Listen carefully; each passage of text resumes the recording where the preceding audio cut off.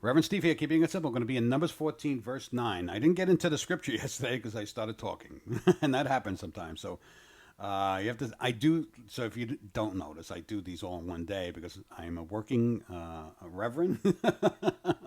I have a regular job. I do all this, and I just do this to teach and help Christians understand the times that we live in. And without further ado, let's get into the end of this. I want to point out something here to you. And what happens? The church rebels.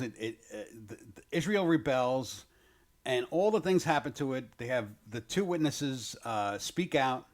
Talks about the two witnesses too in Revelation 11.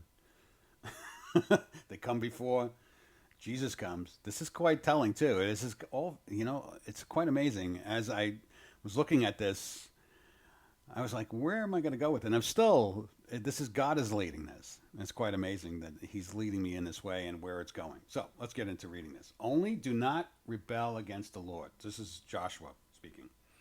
Nor fear the people of the land. This is talking about the people in the land, the giants in the land. This is us today. This is where we have to be in our hearts. Whereas we see this tribulation coming, we're not to fear. We're to go into the land, go into His kingdom, right? So let's get people of the land, for they are our bread. Their protection has departed from them. God's protection has departed from them. And the Lord is with us. Do not fear them. And all the congregation said, stone them. So think about that. When the tribulation talks about, Jesus even talks about brother and sister, mother against each other. When that tribulation happens, that's what's going to happen. It's going to be brothers against sisters. It's going to be Christians against other Christians, and they're going to be thrown under the bus because they've fallen away. The great falling away, the great rebellion happens. They go rebel against God. Israel rebels against God here. They want to stone the messengers.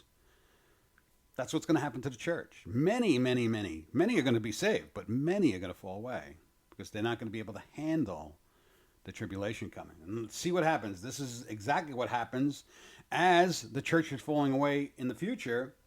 What happens? Do not fear them. And all the congregation said, stone them with stones. Now the glory of the Lord appeared. Jesus' second coming. The glory of the Lord appeared as they're struggling against one another, telling each other to stone the ones with the good news about the land. The rebellion, the great falling away, right there before our eyes. That's quite amazing. And now the Lord of glory appeared in the tabernacle of the meeting before all the children